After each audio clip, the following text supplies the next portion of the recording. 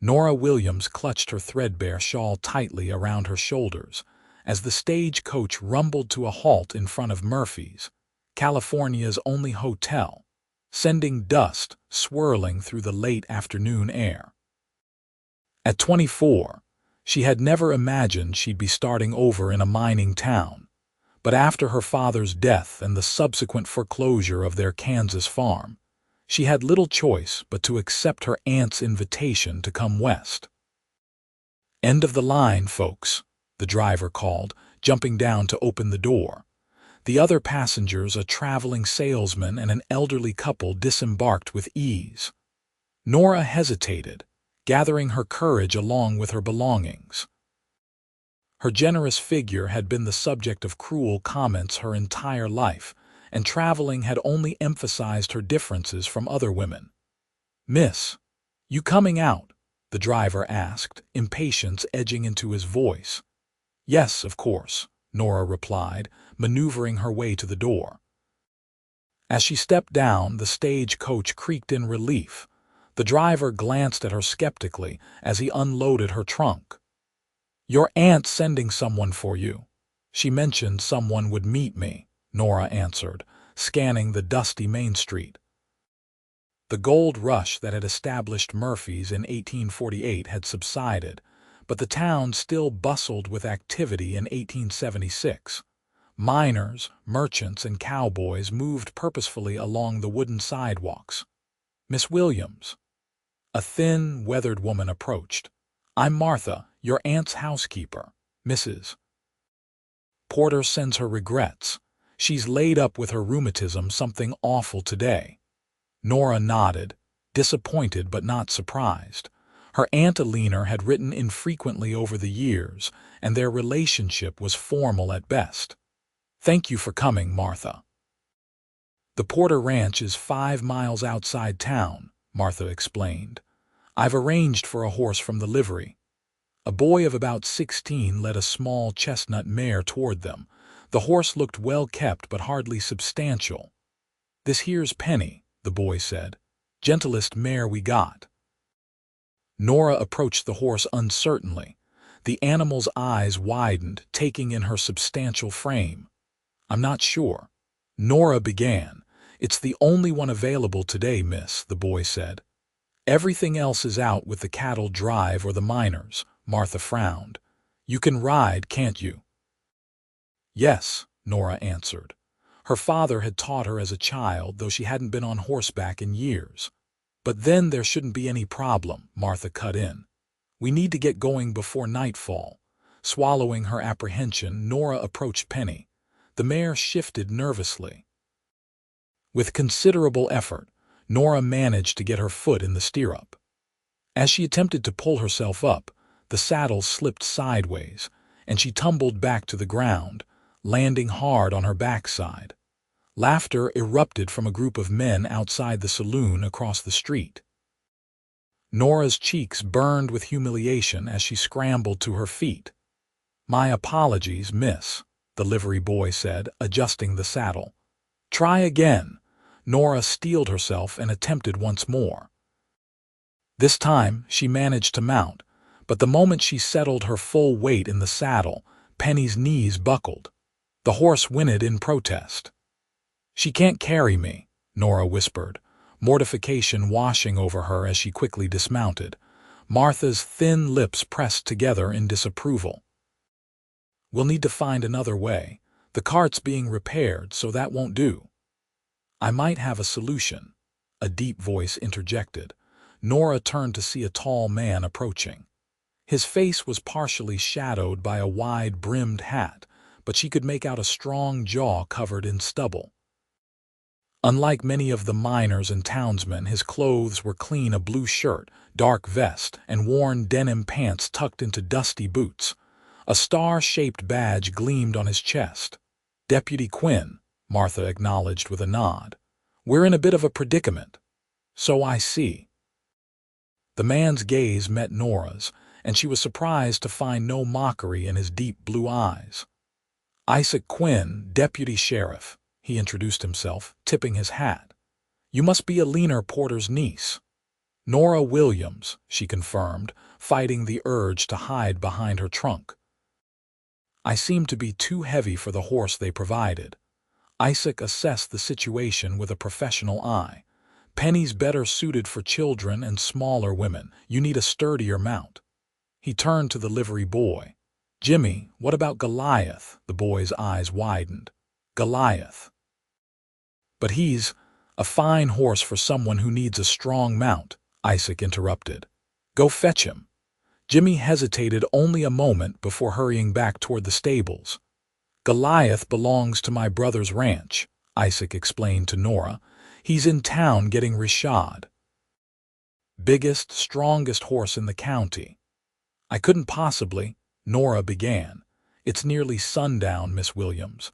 The Porter Ranch is no place to approach in darkness, especially for newcomers. His tone was matter-of-fact, without condescension.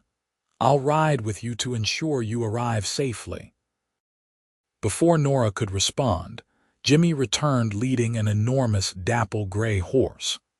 Nora gasped at the sight.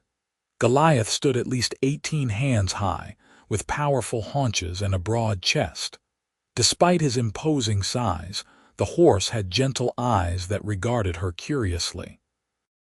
He's magnificent, Nora breathed, and plenty strong enough, Isaac affirmed. He turned to Martha. Go on back to the ranch. Tell Mrs. Porter I'll deliver her niece safely. Martha seemed relieved to be unburdened of the responsibility. Very kind of you, Deputy. Miss Williams, I'll see to it your room is prepared. With a curt nod, she departed toward where a wagon waited at the general store. Now, Isaac said, turning to Nora, let's get you mounted. He instructed Jimmy to adjust the stirrups on Goliath's saddle, then positioned himself beside the massive horse. Place your foot here in my hands, he directed, creating a step with his interlaced fingers. Nora hesitated, acutely aware of her weight. I don't want to harm you. A small smile lifted the corner of Isaac's mouth. I wrestle drunk minors every Saturday night, Miss Williams. I think I can manage. Taking a deep breath, Nora placed her boot in his hands and pushed upward as he boosted her. To her amazement, she settled easily into the saddle, and Goliath stood firm, undisturbed by her weight. Relief washed over her. Thank you, Deputy Quinn. Isaac, he corrected, mounting his own horse, a sturdy chestnut gelding. Your trunk will be delivered tomorrow, shall we? As they rode out of town, Nora felt the curious stares of townspeople following them. She sat straight in the saddle, determined to maintain her dignity despite the earlier humiliation. Don't mind them, Isaac said, accurately reading her discomfort. Small towns run on gossip. By next week, they'll have something new to talk about. I'm used to being the subject of conversation, Nora admitted, though I had hoped to make a less memorable entrance. If it's any consolation, Goliath seems quite taken with you, Isaac observed as the massive horse moved with surprising grace beneath her. He's particular about his riders. The road followed the Stanislaus River, winding through hills dotted with oak and pine. The setting sun cast long shadows across the landscape, painting the rolling terrain in shades of gold and amber. How long have you been deputy sheriff? Nora asked, seeking distraction from her troubled thoughts. 3 years, Isaac replied. Before that, I worked my brother's ranch. Still help out when I can. And your brother raised Goliath, found him as a colt, abandoned during a storm. Everyone said he was too big, too wild to be useful. A smile touched Isaac's lips. James has always had a soft spot for misfits. Nora stroked Goliath's mane. Sometimes the ones others dismiss prove most valuable. Isaac glanced at her, his expression thoughtful. That's been my experience. They rode in companionable silence as twilight deepened. Nora found herself relaxing in Isaac's presence. Unlike many men who either avoided her entirely or made crude remarks about her size, he treated her with simple respect. Your aunt's place is just beyond that ridge, Isaac said eventually. Smaller than some spreads, but the land's good. She's done well for herself since your uncle passed. I barely remember him, Nora admitted. They visited us in Kansas when I was very young. Tom Porter was a decent man, died in '68 from pneumonia. Eliners kept the ranch going through sheer determination. As they crested the hill, Nora caught her first glimpse of what would be her new home. The Porter Ranch consisted of a modest two-story house, a barn and several outbuildings, nestled in a small valley protected by surrounding hills. "It's lovely," she said, genuine appreciation in her voice. "Wait until you see it in daylight," Isaac replied. The wildflowers in spring make it look like something from a painting. Lights glowed in the windows as they approached. A ranch hand emerged from the barn to greet them, taking the horses' reins as they dismounted. "This here's Patrick," Isaac introduced. "He's been with your aunt since the beginning." The gray-haired man nodded respectfully. "Welcome to Murphy's Creek Ranch, Miss Williams." "Thank you," Nora replied, surprised by the warmth in his greeting. The front door opened and Martha appeared. "There you are, Mrs. Porter was getting worried. Isaac helped Nora down from Goliath, his strong hand steady at her waist. For a moment they stood close, and Nora found herself looking into his eyes, struck by the kindness she found there. "Thank you for your assistance, Deputy Quinn," she said softly. "Isaac," he reminded her, "and it was my pleasure, Miss Williams." "Nora," she offered in return. He smiled, a genuine expression that transformed his serious face. "Welcome to Murphy's, Nora. I hope you'll be happy here." As he mounted his horse to depart, Nora felt a curious flutter in her chest, a sensation she hadn't experienced in years. With a final tip of his hat, Isaac Quinn rode into the gathering darkness, leaving Nora to wonder if their paths would cross again soon. Martha ushered Nora into the house. "Your aunt's waiting in the parlor. Mind your manners, she's particular about proper behavior." The interior of the ranch house was comfortable but austere, with simple furniture and few decorations. Martha led Nora to a well-appointed parlor where an elderly woman sat rigidly in a high-backed chair. Eleanor Porter had the same Williams family features as Nora's father, the prominent nose and determined chin, but time had carved deep lines around her mouth and eyes. Her silver hair was pulled into a severe bun, and her black dress emphasized her thin frame. "So, you've arrived at last," she said by way of greeting. Her gaze traveled over Nora critically. "You favor your mother's side in appearance, I see." Nora flinched at the implied criticism but maintained her composure. "Thank you for inviting me to stay, Aunt Eleanor." "I'm grateful for your generosity." Eleanor's expression softened slightly. "Family is family, child. Your father would have done the same for me." She gestured to a chair. "Sit. You must be exhausted after your journey." As Nora settled into the indicated seat, Eleanor continued, "Martha tells me there was some difficulty with transportation from town." Heat rushed to Nora's cheeks. The horse they provided wasn't suitable. "Deputy Quinn brought her on his brother's draft horse," Martha interjected. "That enormous gray beast." "Isaac Quinn," Eleanor mused. "A respectable young man, though his brother is the one with the business sense. Still, the deputy has a good reputation. Honorable." Nora wasn't sure how to respond, so she simply nodded. "You'll begin work tomorrow," Eleanor declared. "I need help with the accounts and correspondence. My eyes aren't what they used to be." "Of course," Nora agreed. Her father had taught her bookkeeping for their farm, and she had a neat hand for letters. "Martha will show you to your room. Breakfast is at 6 sharp." Eleanor's tone made it clear the conversation was over. "Good night, Nora." "Good night, Aunt Eleanor." Martha led Nora upstairs to a small but comfortable bedroom at the back of the house. Bathrooms down the hall, Water's already heated if you want to wash up." Left alone, Nora sank onto the bed, emotions threatening to overwhelm her. The journey had been long, the arrival humiliating, and her aunt's welcome lukewarm at best. But as she unpacked her few belongings, she found herself thinking of Isaac Quinn and his unexpected kindness. Perhaps Murphy's, California held promise after all. The next few days established a routine. Nora rose early to help Martha prepare breakfast, then spent mornings working on the ranch's accounts. Afternoons were devoted to correspondence and helping her aunt with household tasks.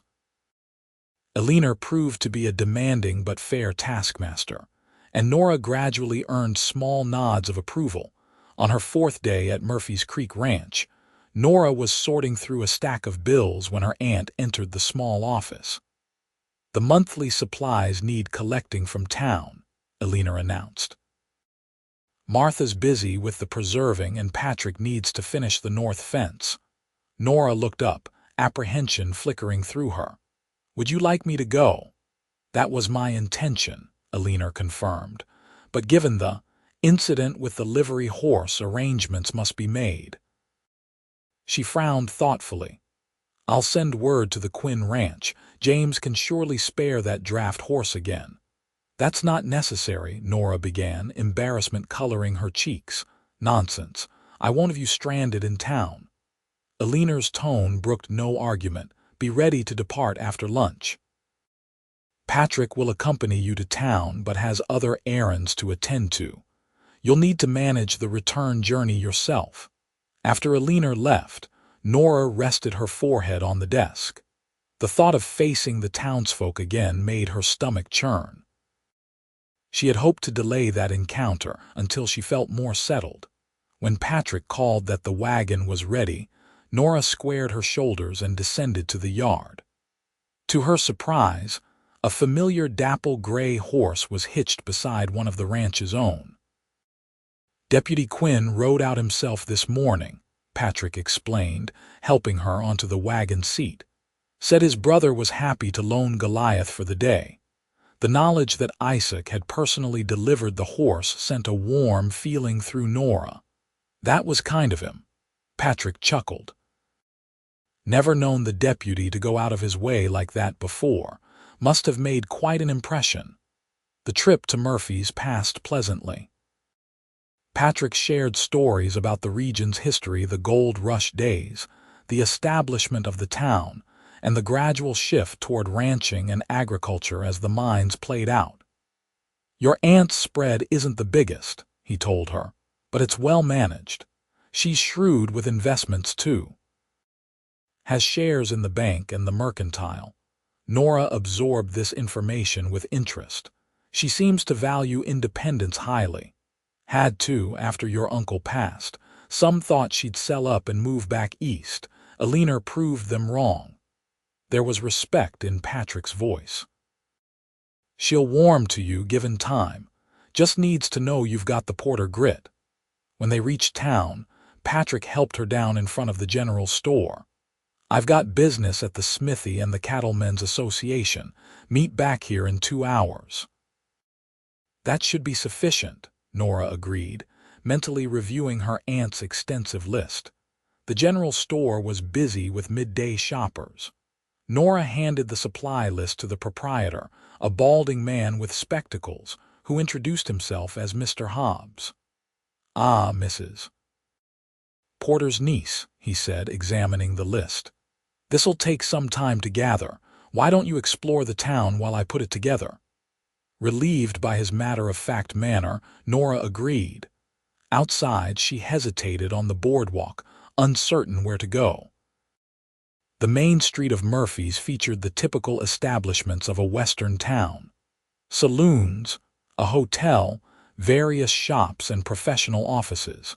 Gathering her courage, Nora decided to visit the millinery. Her wardrobe, practical for farm life in Kansas, seemed drab compared to the colorful dresses she'd glimpsed on local women. The bell above the door tinkled as she entered. A petite woman with auburn hair pinned neatly beneath a lace cap looked up from arranging ribbons. "Good afternoon," she greeted warmly. "I'm Clara Wilson. Welcome to my shop. Nora Williams. I'm staying with my aunt Elena Porter." Recognition flickered in Clara's eyes. "Of course. We've been hoping you'd visit." She gestured around the shop. "Please browse freely. I just received new patterns from San Francisco." To Nora's surprise, Clara made no reference to her size or the incident with the horse. Instead, she showed Nora several fabric samples suitable for women of fuller figure. "I pride myself on creating flattering styles for all ladies," Clara explained. "My sister in Sacramento is built generously like yourself, so I've learned a few tricks." For the first time since arriving in Murphy's, Nora felt truly welcome. She selected material for 2 new dresses, one practical brown wool for everyday wear, and a lovely deep blue cotton for Sundays and special occasions. "The blue will complement your eyes beautifully," Clara commented as she noted the measurements. "I can have these ready within a fortnight." Their conversation was interrupted by the shop door opening. Isaac Quinn entered, removing his hat as he stepped inside. "Afternoon, ladies," he greeted them.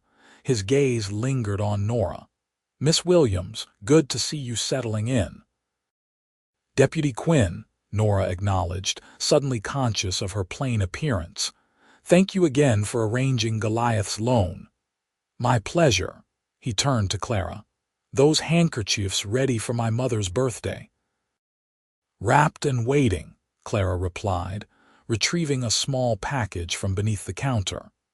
"Embroidered just as you requested." As Isaac paid, Nora noticed the gentleness of his hands, large and calloused from work, yet handling the delicate package with care. "I'll walk you back to the general store," he offered when they exited the millinery. "Heard from Patrick you're collecting supplies." "That's very kind," Nora said, falling into step beside him. "Though I'm sure you have more important duties." "Keeping citizens safe is my duty," Isaac replied with a slight smile. "Besides, Murphy's is peaceful today. Sheriff Morris is handling things at the office." As they walked, several townspeople nodded respectfully to Isaac, regarding Nora with open curiosity. She felt the weight of their stares but drew strength from Isaac's solid presence beside her. "How are you finding life at Murphy's Creek Ranch?" he asked. "Different from Kansas," Nora admitted. "But in good ways, mostly. My aunt runs a tight ship, but I appreciate having purpose again." Isaac nodded, understanding. Loss has a way of untethering us. Finding new purpose helps. The simple observation, delivered without platitude, touched Nora deeply. "You speak from experience." A shadow passed over his features. "My father was killed in a mine collapse when I was 16. Took time to find my footing afterward." "I'm sorry," Nora said softly. "It was 10 years ago now." Isaac's expression cleared. "James took over raising us younger ones, did a fine job considering he was barely 20 himself." They reached the general store, where Mr. Hobbs was loading Nora's supplies into crates. "Perfect timing," the shopkeeper called. "Just finished gathering everything." Isaac immediately moved to help, lifting the heavier items with ease. "You taking the wagon back?" "Yes, though Patrick has other business in town," Nora explained. "I'll be managing the return journey alone." Concern flashed across Isaac's face. "The road can be tricky near dusk. Perhaps I should—" "I'm perfectly capable of handling a wagon," Nora interrupted, more sharply than intended. The last thing she wanted was for Isaac to think her completely helpless. He raised his hands in a placating gesture. "Never doubted it, just thought you might appreciate the company." Embarrassment replaced her defensive reaction. "I'm sorry, that was uncalled for. No apology needed." His smile returned, warming his blue eyes. "Though my offer stands if you change your mind." Mr. Hobbs finished loading the supplies, and Nora paid from the funds a leaner had provided. As she thanked the shopkeeper, she noticed Isaac frowning at the western horizon. "Storm's brewing," he observed. "Might reach here by evening." Nora followed his gaze to the dark clouds gathering over the distant mountains. "I should depart soon, then." Patrick appeared, leading Goliath and the other horse back to the wagon. "All set, Miss Williams. We should get moving if we want to beat that weather." Isaac helped secure the supplies in the wagon bed. "You sure you don't want an escort back?" he asked quietly as Patrick checked the harnesses. "I'll be fine," Nora assured him, touched by his concern. "The horses know the way, and I've weathered Kansas thunderstorms far worse than anything California can produce." "Never underestimate Sierra weather," Isaac warned, but his tone was light. "It has a mind of its own." As Nora climbed onto the wagon seat, Isaac handed her up, his strong grip steadying her. For a brief moment their hands remained clasped. "Thank you for your assistance today, Deputy," she said formally, aware of Patrick's curious glance. "Anytime, Miss Williams." Isaac stepped back, settling his hat on his head. "Safe journey." The ride back to Murphy's Creek Ranch began uneventfully. Patrick drove, keeping up a steady stream of conversation about the upcoming Harvest Festival and the town's plans for the event. "Your aunt usually enters her apple preserves," he told Nora. "Won blue ribbons 3 years running." As they reached the halfway point, the wind picked up, bending the tall grasses along the roadside. The storm was moving faster than anticipated. "We'd best hurry," Patrick said, urging the horses to a quicker pace. They had just crossed the creek that gave the ranch its name when a deafening crack of thunder spooked the horses. Goliath maintained his composure, but the other horse reared in terror, throwing the wagon off balance. "Whoa!" Patrick called, struggling with the reins. The frightened horse bolted, dragging Goliath and the wagon sideways. Patrick fought to regain control as Nora held tight to the seat. The wagon wheel struck a rock, and with a sickening lurch, the vehicle tilted. "Jump clear!" Patrick shouted. Nora didn't hesitate. She leaped from the tipping wagon, landing hard on the ground as the vehicle overturned completely. The impact knocked the breath from her lungs, and for several moments she lay stunned. When she managed to sit up, she saw Patrick limping toward the horses, which had miraculously remained hitched to the overturned wagon without serious injury. "Are you hurt?" he called to her. Nora took inventory. Her dress was torn and muddy, and she'd sustained scrapes on her hands and a bruise on her hip, but nothing seemed broken. "Just shaken," she answered, rising gingerly to her feet. Patrick had reached the horses and was working to calm them. "Goliath's fine, but Rusty here has a cut on his foreleg." Examining the wagon, Nora saw that one wheel had shattered completely. The supplies were scattered, many broken or soaked from the rain that had begun to fall in earnest. "We won't get this fixed before dark," Patrick said grimly. "And I don't like the look of Rusty's leg.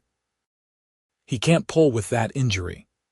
"What should we do?" Nora asked, raising her voice over the increasing downpour. Patrick considered their options. "The ranch is still 3 miles away. I could ride Goliath back and return with help." "But that would leave me alone in the storm," Nora pointed out. Lightning flashed overhead, followed immediately by booming thunder. The horses shifted nervously. "There's a line shack about half a mile east," Patrick decided. "Used during roundups. Basic shelter, but dry. You ride Goliath there and wait. I'll walk Rusty slowly back to the ranch and return with the wagon." Nora eyed the massive gray horse doubtfully. She had ridden him with a proper saddle before, but bareback seemed daunting. Still, the alternative waiting exposed to the elements was worse. "Very well," she agreed. They salvaged what supplies they could, strapping a small bundle to Goliath's back. Patrick gave Nora directions to the line shack, then helped her mount. Despite the awkwardness of her riding astride in a dress, Nora managed to settle securely on Goliath's broad back. "Follow the creek east until you see a lightning-struck oak," Patrick instructed. "The shack's just beyond it. There should be dry wood and matches inside." With a reassuring pat to Goliath's neck, Nora urged the horse forward. The rain pelted them as they made their way along the creek bank. Goliath moved steadily, seemingly undisturbed by the storm or his rider's weight. True to Patrick's directions, Nora spotted the distinctive oak after about 20 minutes of riding. Beyond it stood a small, weathered cabin nestled among a stand of pine trees. Relieved, she guided Goliath to the crude hitching post and dismounted awkwardly. After securing the horse beneath the cabin's small overhang to provide him some shelter from the rain, she pushed open the door. The interior was basic but sound. A small stone fireplace dominated one wall, with a narrow cot against another. A rough-hewn table and single chair completed the furnishings. As promised, a stack of firewood waited beside the hearth, along with basic supplies on a shelf matches, some canned goods, coffee, and a dented pot. Nora set about making a fire, grateful for the skills her father had taught her. Soon, a cheerful blaze cast warm light throughout the cabin. She removed her sodden shawl and hung it near the fire to dry, then checked her bundle of salvaged supplies. A loaf of bread had survived intact, along with a jar of preserves and some beef jerky. Outside, the storm intensified. Rain lashed against the single window and wind howled through the trees. Nora worried about Patrick making it back to the ranch with an injured horse, but she trusted his experience with the local terrain. She had just settled onto the chair with a cup of hot coffee when the cabin door burst open. Nora jumped to her feet, heart pounding only to see Isaac Quinn in the doorway, rain streaming from his hat and coat. "Thank God," he breathed, his expression shifting from worry to relief. "You're safe." "Isaac," Nora exclaimed, "what are you doing here?" He closed the door behind him, removing his dripping hat. "Met Patrick on the road with Rusty. He told me what happened and where to find you." He ran a hand through his damp hair. "I was heading to the ranch to check on you anyway with this storm moving in." "That's very thoughtful," Nora said, suddenly conscious of her disheveled appearance. Isaac shrugged out of his wet coat, hanging it on a peg by the door. "Didn't like the idea of you alone out here. The creek can rise quickly in heavy rain." As if to emphasize his point, lightning cracked overhead, followed immediately by a thunderous boom that shook the small cabin. "I'm glad for the company," Nora admitted, gesturing to the chair. "Please sit. I was just having coffee." Isaac retrieved a tin cup from the shelf. "Don't mind if I do." "It's bitter cold out there." As Nora poured the steaming coffee, she noticed a bloody tear in Isaac's shirt sleeve. "You're hurt." He glanced at his arm with mild surprise. "Must have caught it on a branch riding here. It's nothing." "Nonsense," Nora said firmly. "Let me see." After a moment's hesitation, Isaac rolled up his sleeve, revealing a nasty gash about 3 inches long. Without thinking, Nora tore a strip from her petticoat and dipped it in the water she'd boiled for coffee. "This might sting," she warned, gently cleaning the wound. Isaac remained perfectly still, though she knew it must hurt. His arm was muscular, tanned from outdoor work, with a scattering of old scars that spoke of a life of physical labor. "You've done this before," he observed as she wrapped the makeshift bandage around his arm. "Farm accidents were common in Kansas," Nora explained. "My father said I had a healer's touch. He was right." Isaac flexed his arm experimentally. "Thank you." Their eyes met and something unspoken passed between them. Nora became acutely aware of how close they were sitting, of the intimate atmosphere created by the fire's glow and the storm raging outside. Isaac cleared his throat and moved slightly back. Patrick said the wagon wheel shattered. I brought tools, but repairs will have to wait until morning. So we're stranded here tonight? Nora asked, her voice embarrassingly unsteady. Afraid so. Isaac stood and moved to check the window. The creek's already rising. Crossing now would be dangerous. Nora nodded, trying to appear composed while her mind raced with implications. Spending the night alone with a man even one as honorable as Isaac Quinn would be scandalous in Murphy's gossip circles. As if reading her thoughts, Isaac said, I'll sleep by the fire. You take the cot. Thank you, Nora replied softly. They settled into a surprisingly comfortable routine. Isaac added wood to the fire while Nora prepared a simple meal from the supplies. They ate by firelight, sharing stories of their respective upbringings. Isaac's in the gold country of California, Nora's on the Kansas prairie. 7 children in your family, Nora marveled. Your poor mother. Isaac chuckled. She managed us well enough. James was the oldest, then me, 3 more boys and 2 girls. I was the troublemaker. I find that hard to believe. Believe it. Fought every boy in the county at least once, broke my arm twice climbing where I shouldn't, and generally drove my parents to distraction. His expression softened. After Pa died, though, I had to grow up fast. Nora understood all too well. Responsibility has a way of changing us. What about you? Isaac asked. Any siblings? Just me, Nora answered. My mother died when I was 8, fever. After that, it was just Father and me running the farm. Must have been lonely. The simple observation touched a deep truth. It was, Nora admitted. Though I had books for company. Father encouraged my education, even when neighbors thought it improper for a girl to be too learned. Intelligence is never improper, Isaac said firmly. This country needs more educated women, not fewer. His progressive view surprised and pleased her. They continued talking as the storm gradually subsided, discovering shared interests in literature and history.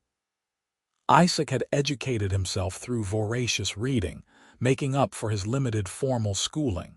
Eventually, Nora yawned, the day's events catching up with her.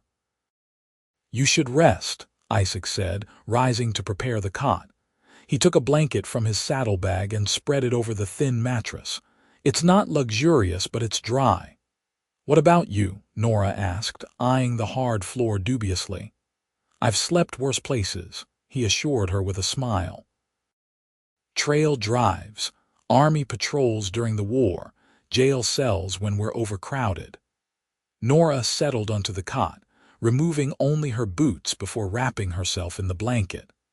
Isaac banked the fire and stretched out on his bedroll nearby, his tall frame barely fitting between the hearth and the table. Good night, Nora, he said softly. Good night, Isaac. Despite her exhaustion, sleep eluded Nora. She was acutely aware of Isaac's presence just feet away, of his steady breathing in the firelit darkness. Part of her wondered what people would say when they learned of this night. Another part she scarcely acknowledged didn't care. She must have slept eventually, for she woke to pale dawn light filtering through the window. The storm had passed, leaving a washed clean world behind. Isaac was already up, stoking the fire and brewing fresh coffee. Morning, he greeted her. Creek still high but passable. We should be able to return to the ranch once we've eaten. They shared a simple breakfast of leftover bread and jerky. As they prepared to depart, Nora found herself reluctant to end their time together. Isaac, she began hesitantly. About last night. Nothing happened that needs explanation, he said firmly. We were caught in a storm and took shelter. Anyone would have done the same. While she appreciated his discretion, his matter-of-fact tone stung slightly. had their connection been entirely one-sided. They rode double on Goliath, Nora seated behind Isaac, her arms circling his waist for balance. The physical proximity both thrilled and terrified her. She was painfully conscious of her size pressed against his back, though he showed no discomfort. They found Patrick and two ranch hands waiting at the overturned wagon. With their help, the vehicle was righted, and a spare wheel was fitted in place of the shattered one. "Your aunt's been worried sick," Patrick told Nora. "Sent riders out at first light." The knowledge that Alina cared enough to worry surprised Nora. Perhaps her aunt's stern exterior concealed deeper feelings than she'd realized. As they prepared to return to the ranch, Isaac pulled Nora aside. "I'll ride into town and let the sheriff know all's well," he said. "He was organizing a search party when I left." "Thank you for coming after me," Nora said, meaning it deeply. Something flickered in Isaac's eyes, an emotion she couldn't quite name. "Anyone would have done the same," he repeated, though the intensity of his gaze belied the casual words. "Perhaps," Nora acknowledged, "but it wasn't anyone. It was you." Before he could respond, Patrick called that they were ready to depart.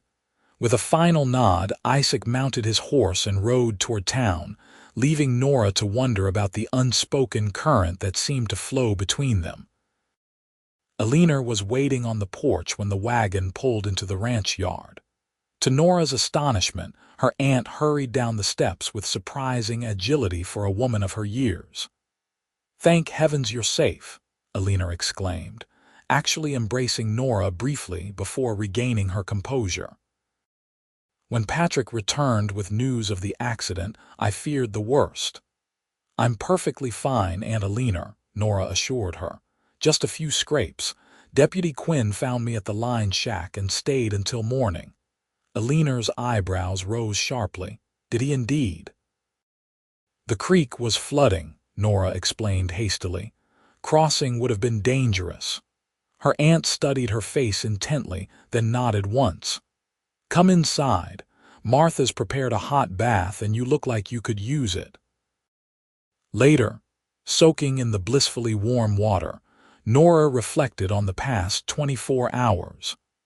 The accident had been frightening, but the night in the line shack with Isaac had awakened feelings she'd long suppressed.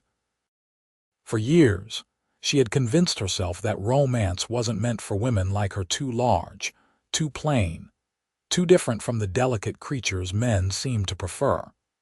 Yet Isaac's attentive care and easy conversation suggested other possibilities. He had seen her at her worst, muddy, disheveled, in need of rescue, and still treated her with respect and kindness. Daring to hope, even a little, was terrifying. Clean and dressed in fresh clothing, Nora joined her aunt in the parlor. Alina indicated she should sit, then studied her with penetrating eyes. "I've known Isaac Quinn since he was a boy," she began without preamble. "His father worked my husband's mine before the accident. Isaac was wild in his youth, but he's grown into a good man. Honorable." Nora waited, uncertain where this was leading. "You spent the night alone with him," Alina continued. "In Murphy's that could lead to talk." "Nothing improper occurred," Nora stated firmly. "I believe you," her aunt surprised her by saying, "but others may not be so charitable. Small towns feed on gossip." "What would you have me do?" Nora asked, a defensive edge creeping into her voice. Alina's expression softened slightly. "Nothing, child. What's done is done. I merely want you prepared for possible consequences." She hesitated, then added, "I won't have you hurt by cruel tongues. You're my brother's daughter, and a Williams doesn't bow to public opinion." The unexpected support brought tears to Nora's eyes. "Thank you, Aunt Alina," her aunt nodded briskly. "Rest today. Tomorrow life returns to normal." But life didn't quite return to normal. Over the next weeks, Nora became aware of subtle changes in how townspeople regarded her when she accompanied Alina to Murphy's for Sunday services or weekly shopping.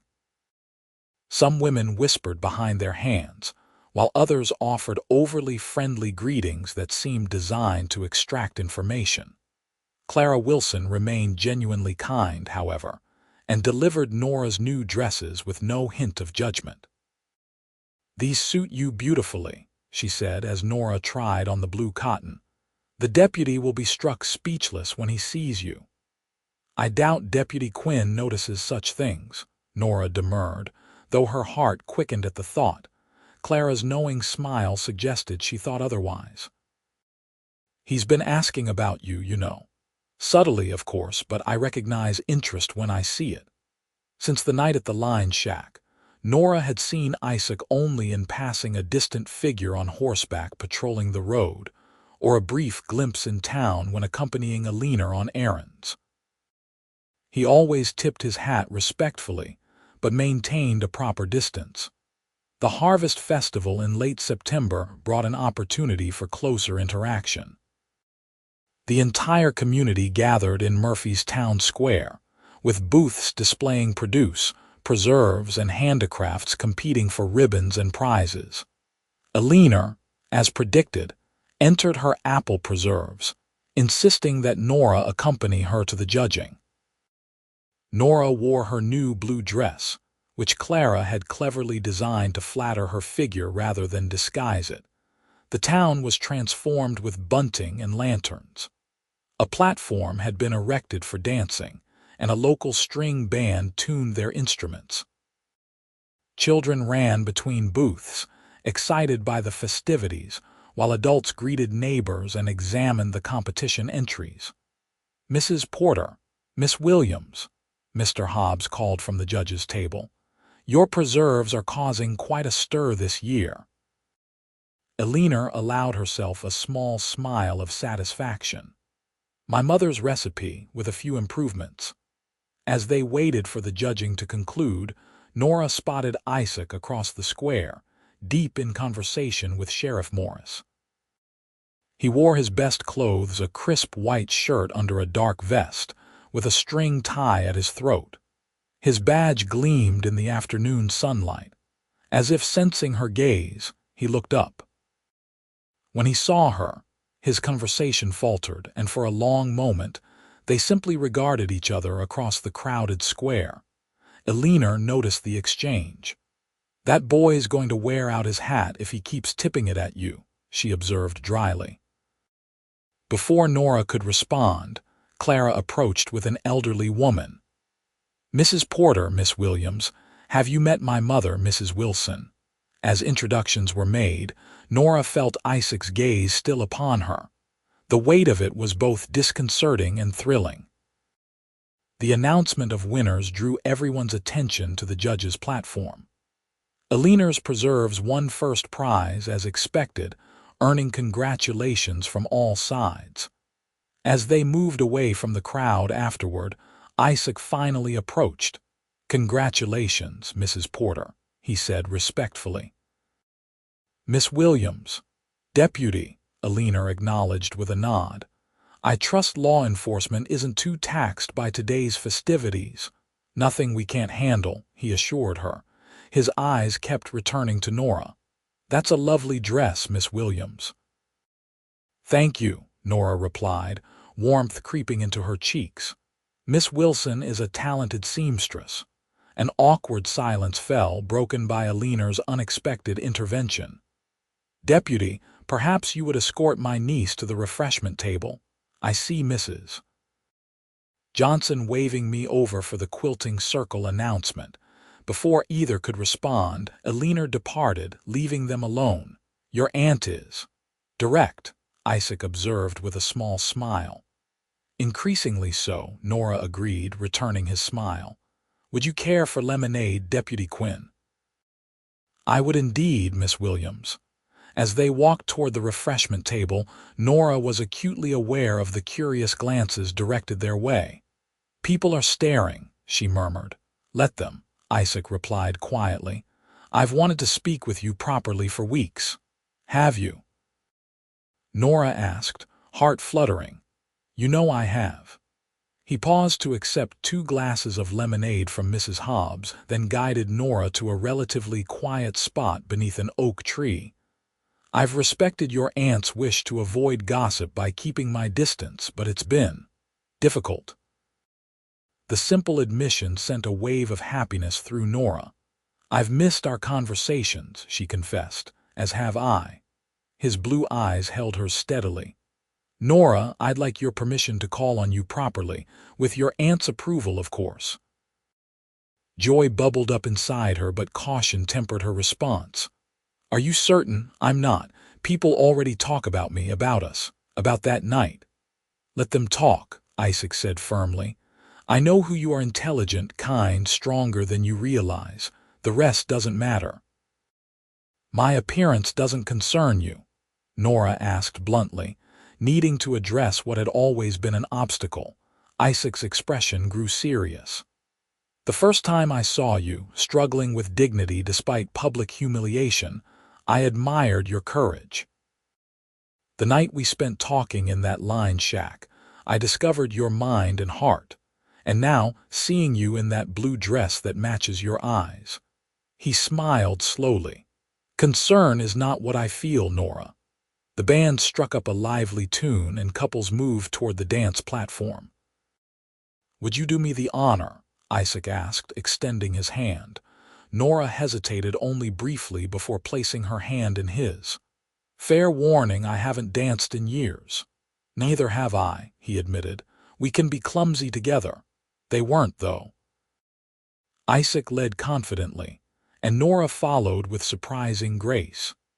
Their size difference, his height and her fullness, balanced oddly well, creating a harmony of movement that felt natural and right. By the third dance, Nora had forgotten to be self-conscious. She laughed freely when Isaac spun her, delighting in the simple joy of movement and connection. As the music slowed for a waltz, Isaac drew her slightly closer. "Still worried about what people might think," he murmured. Nora glanced around. Some were indeed watching them, but she found she no longer cared. "Not at this moment," she answered truthfully. "Good." His hand tightened slightly at her waist. "Because I intend to call on you tomorrow with your aunt's permission." "She may be formidable," Nora warned. "So am I, when properly motivated." The warmth in his eyes made her breath catch. For the first time in her life, Nora Williams felt beautiful. True to his word, Isaac arrived at Murphy's Creek Ranch the following afternoon. He came formally, on his best horse, wearing his Sunday clothes and carrying a small bouquet of late wildflowers. Eleanor received him in the parlor, with Nora present but initially silent as protocol demanded. The conversation began stiffly, with inquiries about the deputy's position and prospects. "I've saved a considerable sum," Isaac informed Eleanor. "Enough to purchase land adjacent to my brother's spread when I'm ready." "And when might that be?" Eleanor questioned sharply. "When I have reason to establish my own home," he answered, glancing meaningfully at Nora. Eleanor's eyebrows rose. "You move quickly, Deputy." "Life's too short for unnecessary delays, Mrs. Porter. I know my mind." The directness of his response seemed to satisfy Eleanor. "Very well. You may call on Sundays and Wednesday evenings with proper chaperonage." "Thank you, madam," Isaac replied formally, though his eyes shone with triumph. From that day forward, Isaac became a regular visitor at the ranch. Sunday afternoons were spent in the parlor with Eleanor present, conversations careful and proper. Wednesday evenings often included walks around the property, with Martha following at a discreet distance. As autumn deepened toward winter, Nora and Isaac's connection strengthened. They discovered shared dreams of a life that balanced hard work with simple pleasures: books by the fire, music, children someday. Isaac spoke of building a house with large doorways and sturdy furniture, casually addressing practical concerns that others might have ignored or found embarrassing. "You think of everything," Nora remarked one crisp November evening as they walked the orchard path. "I want you comfortable in our home," Isaac replied simply. "Every detail matters." The casual reference to our home sent warmth spreading through her despite the chill air. By Christmas, their courtship was the established talk of Murphy's. Most accepted it with good grace, though a few continued to whisper behind their hands. Clara Wilson became a steadfast friend, designing a beautiful green holiday dress for Nora that prompted Isaac's open admiration. "You look like a Christmas angel," he told her at the town's holiday gathering. "A rather substantial angel," Nora quipped. Isaac's expression grew serious. "I wish you could see yourself through my eyes," he said quietly. "There's nothing about you I would change." The Christmas Eve service at Murphy's small church was a community highlight. Nora sat between Alina and Isaac, aware of him beside her solid, reassuring, increasingly essential to her happiness. As they left the church, snow began to fall, a rare occurrence in the foothills. Delighted children ran about catching flakes on their tongues while adults hurried toward waiting carriages.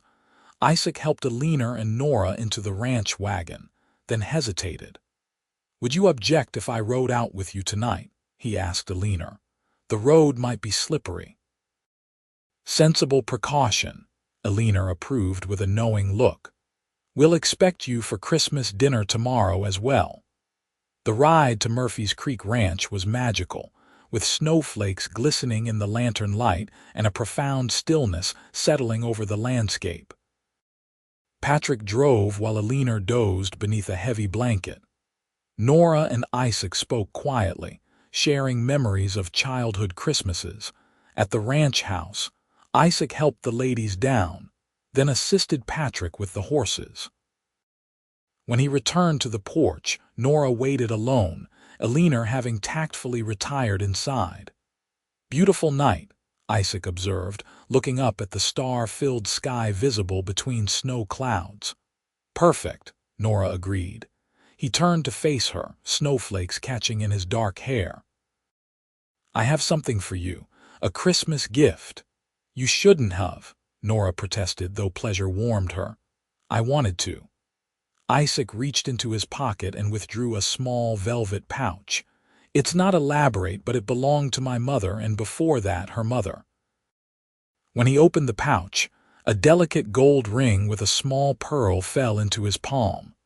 Nora's breath caught as she realized what this moment meant. "Nora Williams," Isaac said softly, his voice steady despite the emotion in his eyes. "I love you. Your strength, your kindness, your mind, everything about you.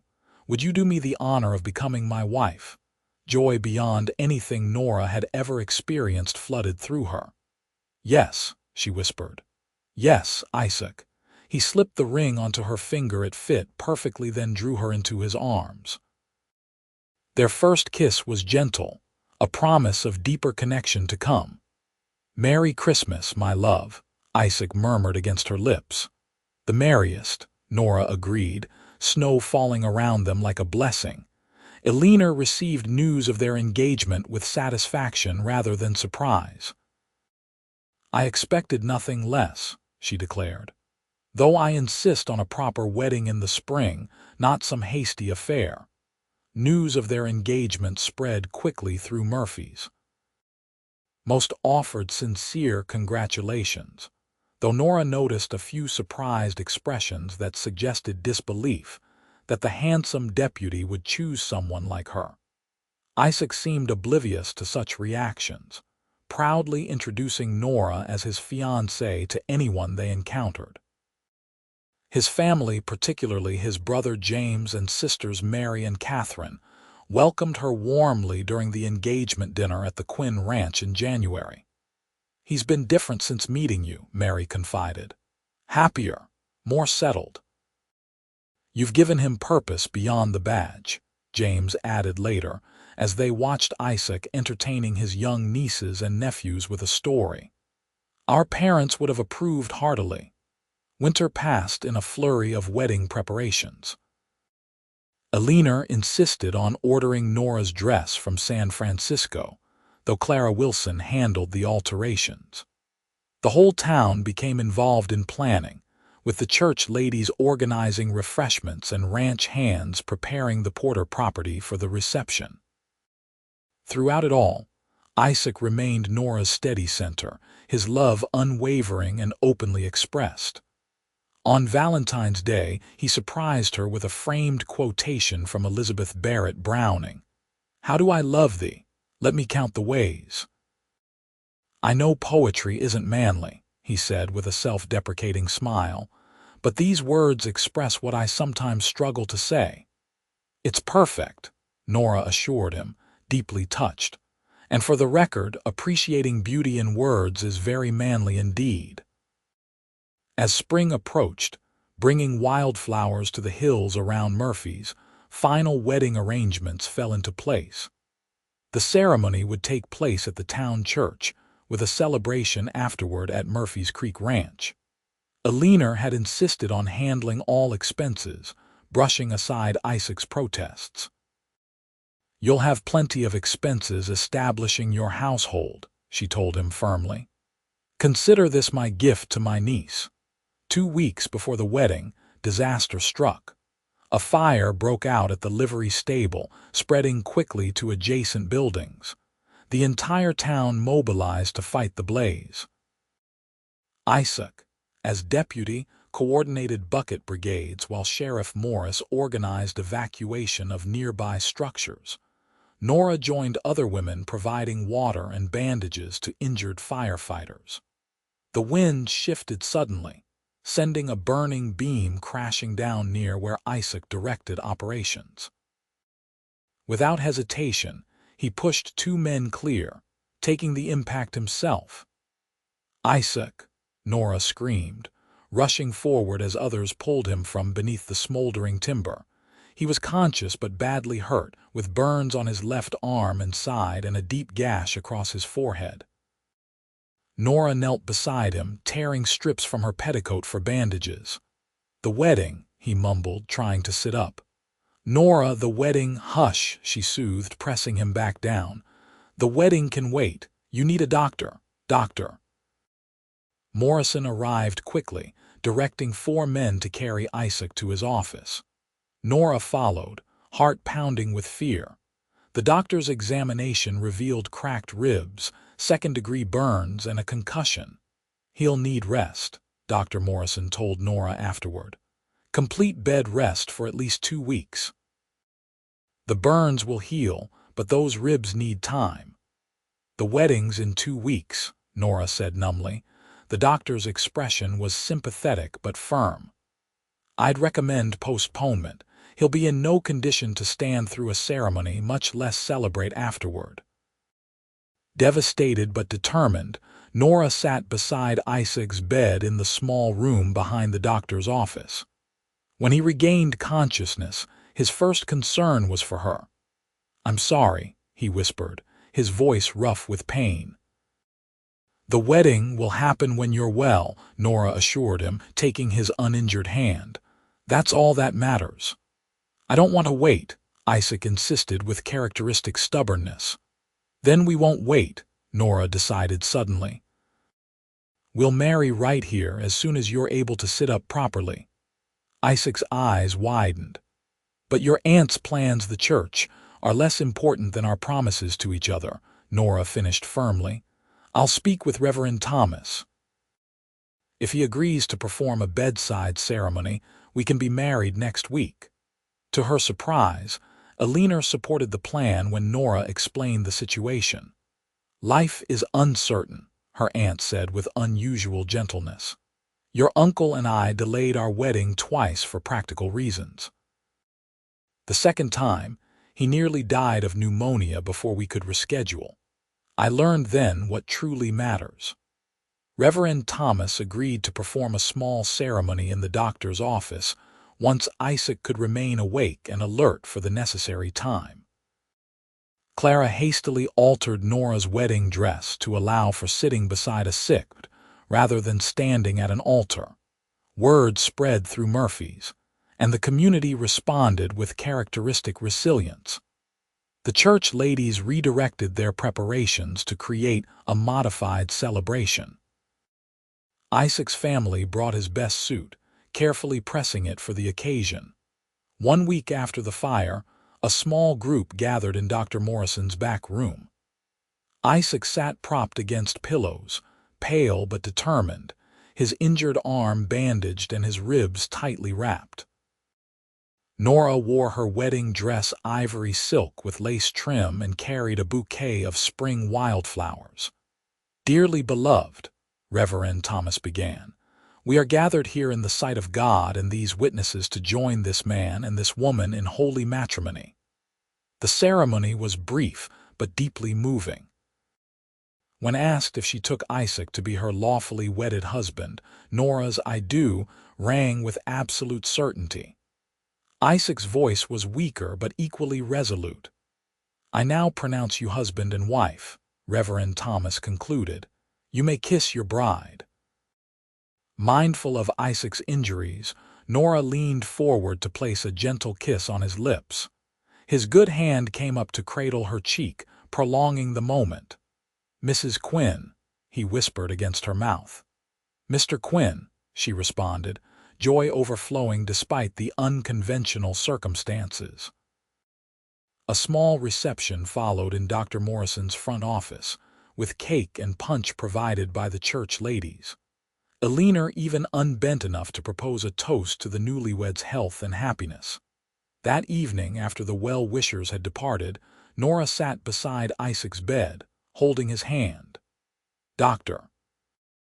Morrison had arranged for them to have privacy, though he insisted Isaac remain under his care for several more days. "Not exactly the wedding night I'd planned," Isaac said ruefully. "We have a lifetime for that," Nora assured him, stroking his hair gently. "Right now, your recovery is what matters." "Have I told you today that I love you?" he asked, eyes already growing heavy with needed sleep. "Yes, but I never tire of hearing it." "Good," Isaac murmured, "because I plan to say it every day for the rest of our lives." As spring blossomed into early summer, Isaac's strength returned.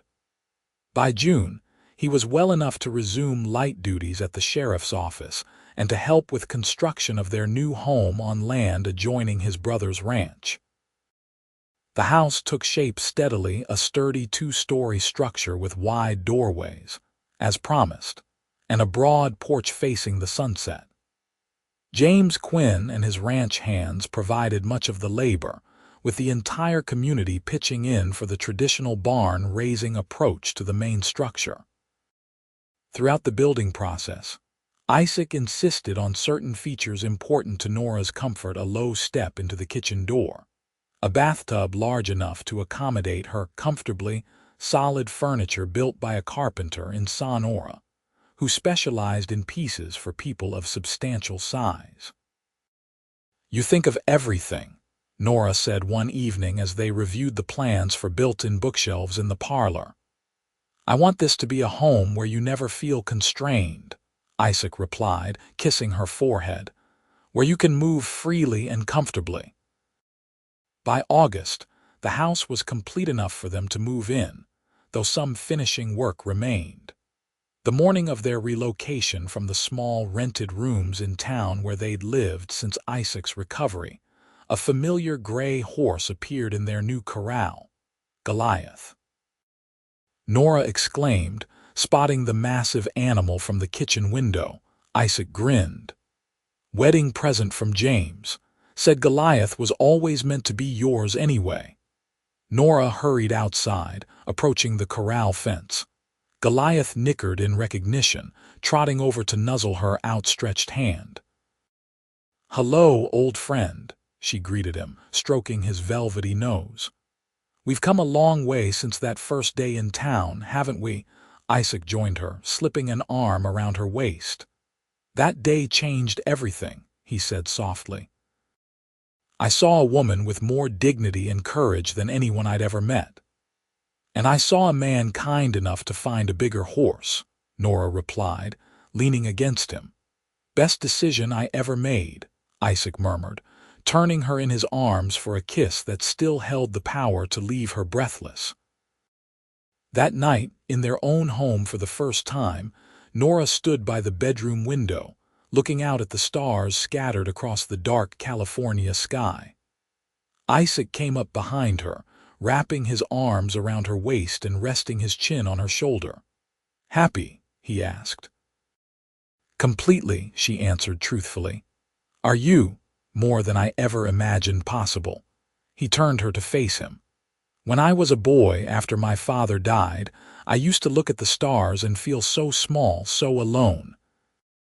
Now I look at them and feel connected to you, to this land, to the future we're building." "Our future," Nora said softly. "Our future," Isaac agreed, drawing her close. Their life together settled into rhythms both challenging and rewarding. Isaac continued as deputy sheriff while establishing a small herd of cattle on their land. Nora managed their household and helped Alina with the ranch accounts, riding Goliath between the two properties several times a week. The town's initial gossip about their unusual pairing faded as they became fixtures in the community.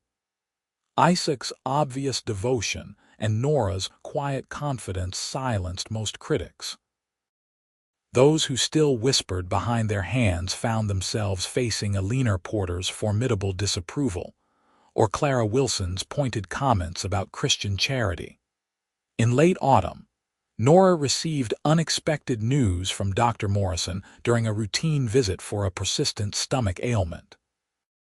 "Congratulations, Mrs. Quinn," the doctor said with a smile. "You're going to have a baby. I'd estimate a late spring arrival." Joy and trepidation filled Nora in equal measure. She rode Goliath home slowly, one hand resting protectively over her still flat midsection. How would Isaac react? They had discussed children someday, but someday had arrived sooner than anticipated. She found him repairing a fence in the south pasture, sleeves rolled up despite the November chill. When he saw her approaching on Goliath, he straightened, smiling with the same warmth that had first drawn her to him. "There's my beautiful wife," he called.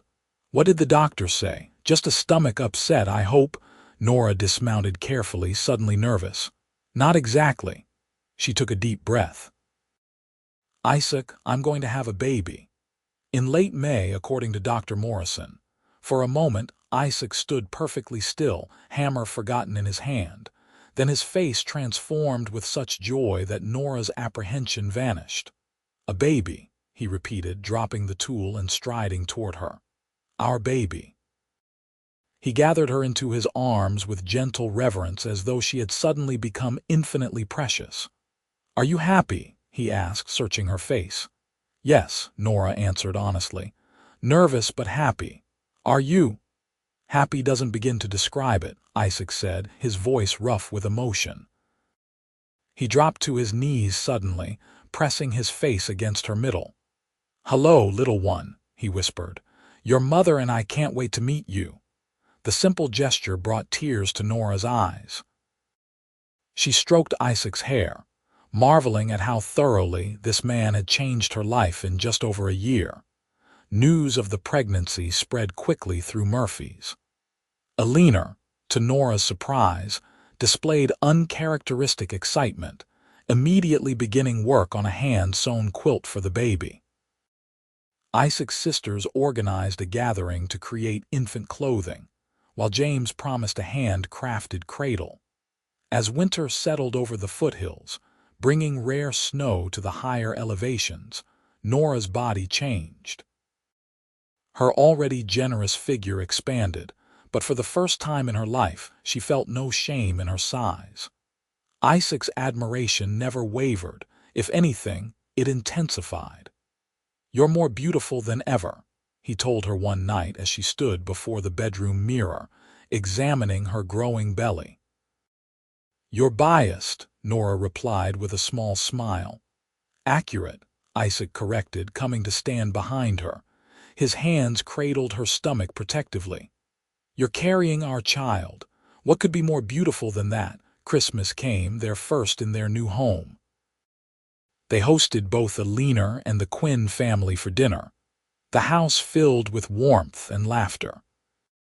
As Nora surveyed the gathering from the kitchen doorway, Isaac, entertaining his young nieces and nephews with stories, a Leaner deep in conversation with James about cattle breeding, Mary and Catherine arranging gifts beneath the small pine tree. Gratitude overwhelmed her. "A penny for your thoughts," Isaac said, appearing at her side with a cup of tea. "I was thinking how fortunate I am," Nora admitted. "A year ago I arrived in Murphy's alone and uncertain. Now you're stuck with all of us," Isaac finished with a grin. "No returns or exchanges allowed." As winter gave way to spring, Nora's pregnancy progressed smoothly. Dr. Morrison pronounced her in excellent health, though he advised against long rides on Goliath in her final months. The massive horse seemed to understand the situation, growing even gentler when Nora visited the corral. "He's protecting you both," Isaac observed one April evening as Goliath carefully accepted an apple from Nora's hand. The baby's room took shape, a small chamber adjacent to their bedroom. James delivered the promised cradle, a beautiful piece crafted from local pine. Leaner's quilt, surprisingly delicate work from such austere hands, draped over the side. Clara contributed tiny gowns and blankets, while Isaac installed shelves for the books he insisted on reading to Nora's belly each night. "The baby can hear us," he explained when she teased him about his one-sided conversations with her stomach. "I want our child to know my voice, to recognize stories of our family and this land." May arrived with an explosion of wildflowers across the foothills. Nora's time drew near, bringing increasing discomfort but also mounting excitement. Isaac arranged for his sister Catherine to stay with them, while Dr. Morrison promised to come at the first summons. The baby, however, had plans of its own. Late one afternoon, as Nora sorted baby clothes in the nursery, her water broke without warning.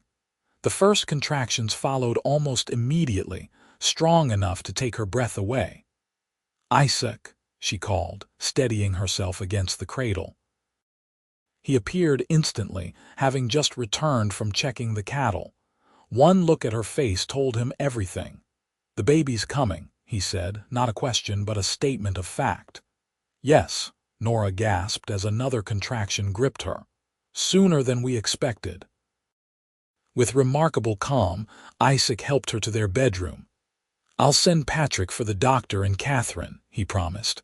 "Will you be all right while I'm gone?" "I'm not going anywhere," Nora assured him with a weak attempt at humor. Isaac returned within minutes, having dispatched their ranch hand on their fastest horse.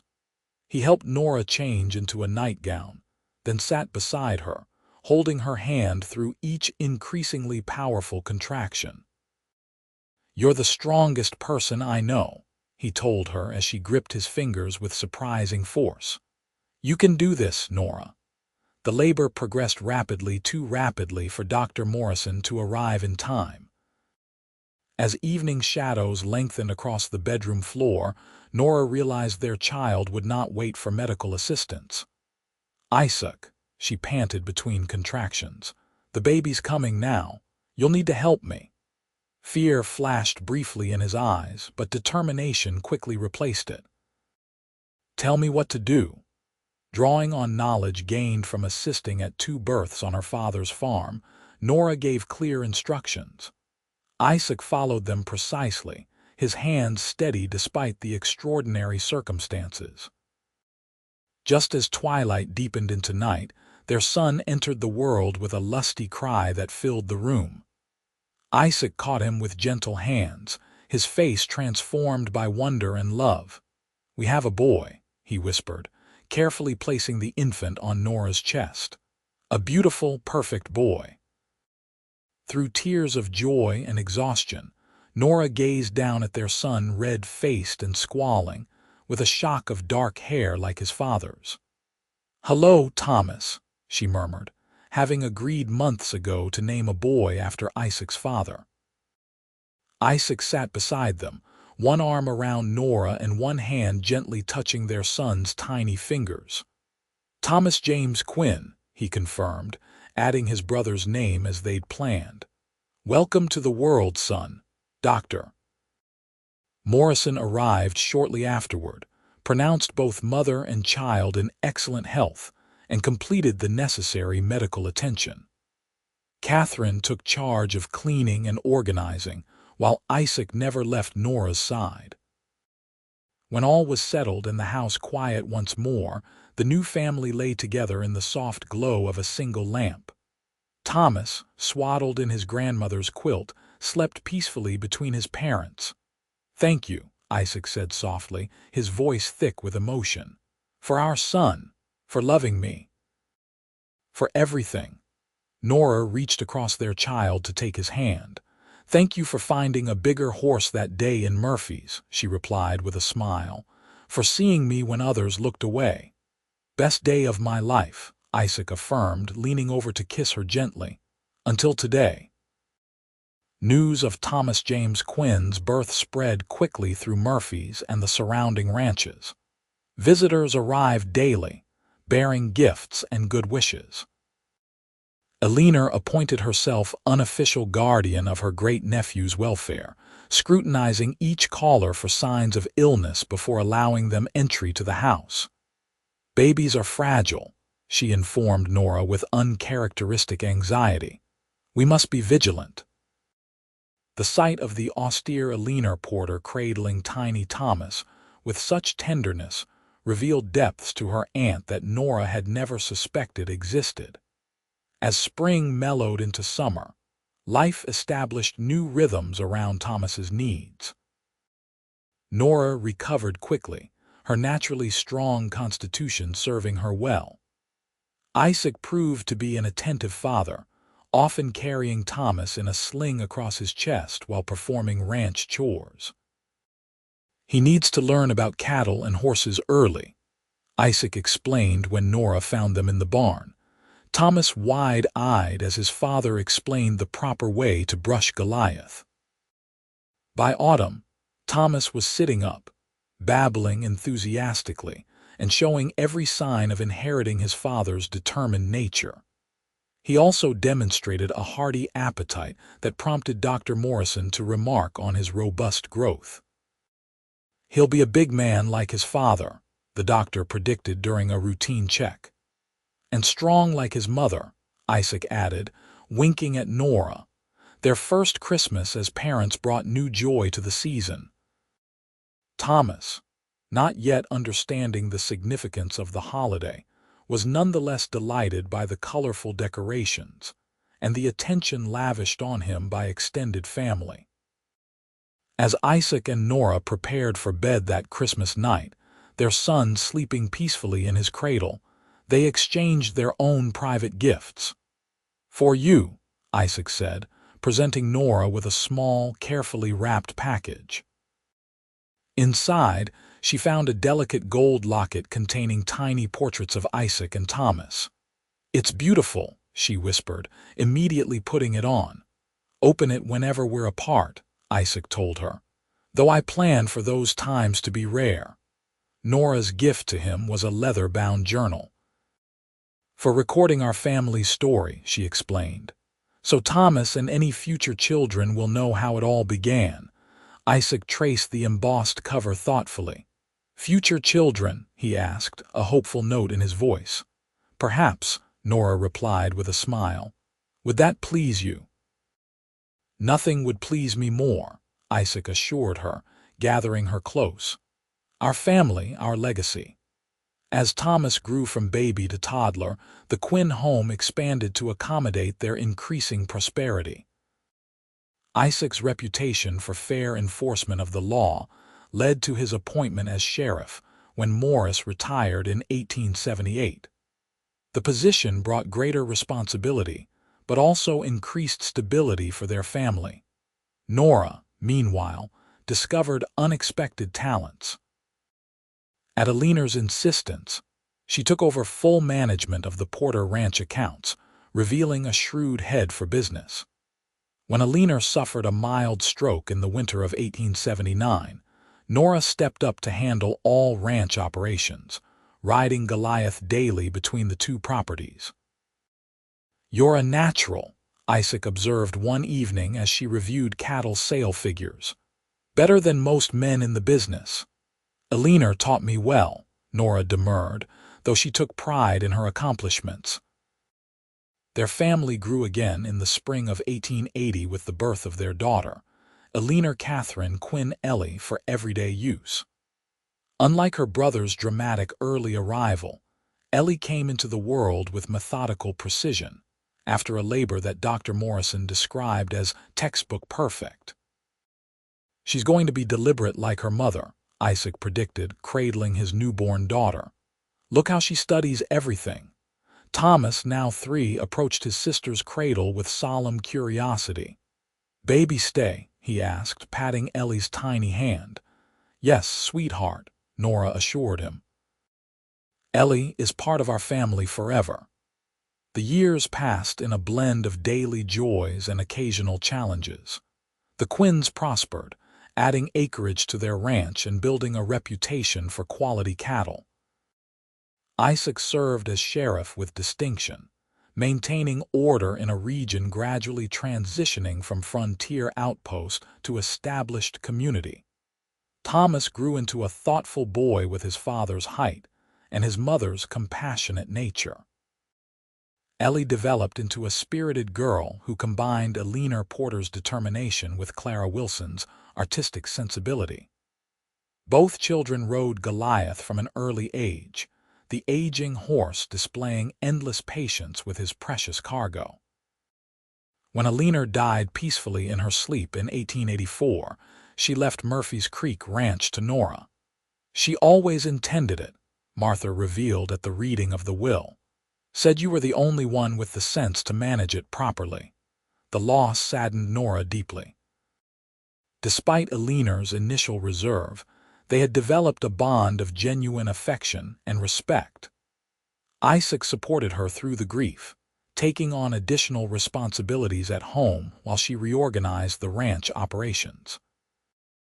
By 1890, the Quinns were among the most respected families in Calaveras County.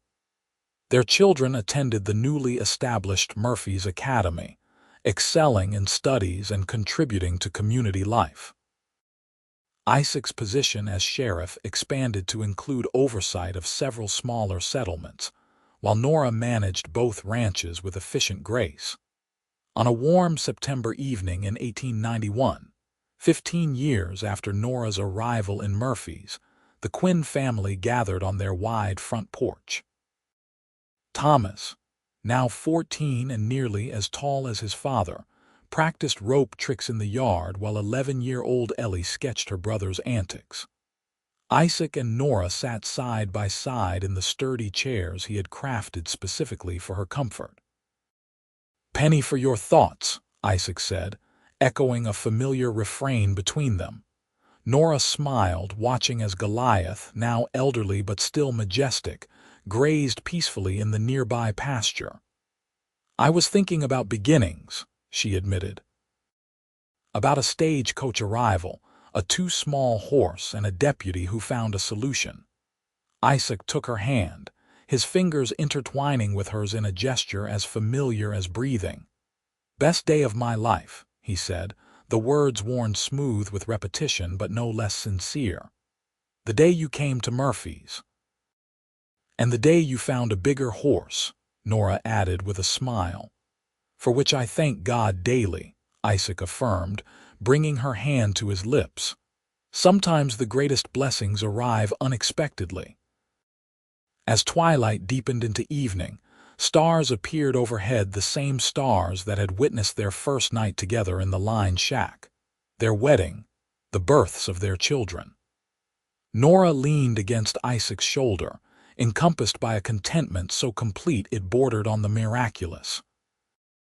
From unlikely beginnings, a woman too heavy for the livery horse, a deputy who found a solution, a night sheltered from the storm had grown a love strong enough to build a life upon.